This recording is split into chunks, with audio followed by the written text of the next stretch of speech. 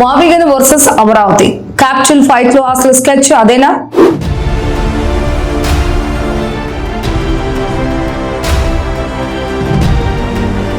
Climax వచ్చేసింది. అనుకున్న రాజధాని సినిమాలో వైసీపీ అధినేత జగన్మోహన్ రెడ్డి ఒక భారీ ట్విస్ట్ ఇచ్చారు. కూటమి ప్రభుత్వం అమరావతి పండుగ చేసుకుంటున్న టైంలో పిక్చర్ అభి బాకీ హే మేరే దోస్త్ అంటూ ఒక బ్రహ్మాస్త్రాన్ని వదిలారు. అదే మావిగన్. అసలు ఏంటి ఈ మావిగన్? అంత ఘోరంగా ట్రోల్స్ వస్తున్న జగన్ అండ్ టీం ఎందుకు తగ్గేది లేదంటున్నారు. టీడీపీ మైలేజ్ కొట్టాలనుకున్న చోట జగన్ తన ప్లాన్ బితో సక్సెస్ అయ్యారా? ఈ క్యాప్చూల్ ఫైట్ వెనుక ఉన్న అసలు స్కెచ్ ఏంటి? గతంలో 3 రాజధానులు అన్నారు, వర్కౌట్ కాలేదు.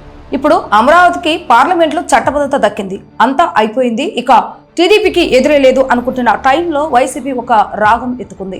లక్షల కోట్ల వేల ఎకరాలు పెట్టి ఒకే చోట అభివృద్ధి సాధ్యం కాదు, దానికి బదులు మచిలీపట్నం, విజయవాడ, గుంటూరులను కలిపి క్యాపిటల్ చేద్దామని జగన్ మీడియా సాక్షిగా బాంబు పెంచారు.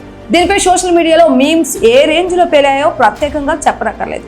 కూటమి నేతలైతే వైసీపీని ఆటాడుకున్నారు. ట్రోల్స్ చూసి వైసీపీ భయపడలేదు, పైగా రెచ్చిపోయింది. కర్నూలు నుండి విశాఖ వరకు వైసీపీ నేతలు లైన్ కట్టారు. సజ్జల రామకృష్ణారెడ్డి డైరెక్షన్ లో కౌంటర్ ఆపరేషన్ స్టార్ట్ అయింది. నిన్నటిదాకా రావాలి జగన్, కావాలి జగన్ అన్నవాళ్ళు ఇప్పుడు రావాలి జగన్, కావాలి మావిగన్ అంటూ కొత్త స్లోగన్ అందుకున్నారు. ఏకంగా జగన్ ఇంటి ముందే రోడ్డుకు ఇరువైపులా భారీ ఫ్లెక్సీలు వెలిశాయి.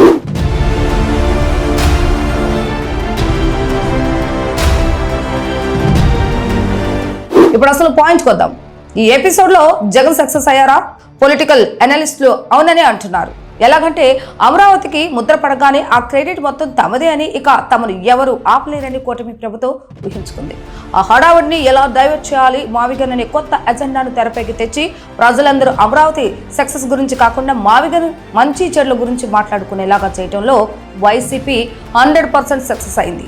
అమరావతి చుట్టూ అలుకున్న పాజిటివిటీని బ్రేక్ చేసి ఏపీకి అసలైన గ్రోత్ ఇంజిన్ మావిగన్ మాత్రమే అని జనాలు చర్చకు పెట్టారు. అంటే రాజధాని ఆట ఇంకా ముగిసిపోలేదని, 2029 జగన్ వస్తే మళ్ళీ సీన్ మారుతుందన్న ఇండికేషన్ ను జనాల మైండ్ లోకి బలంగా ఎక్కించేశారు.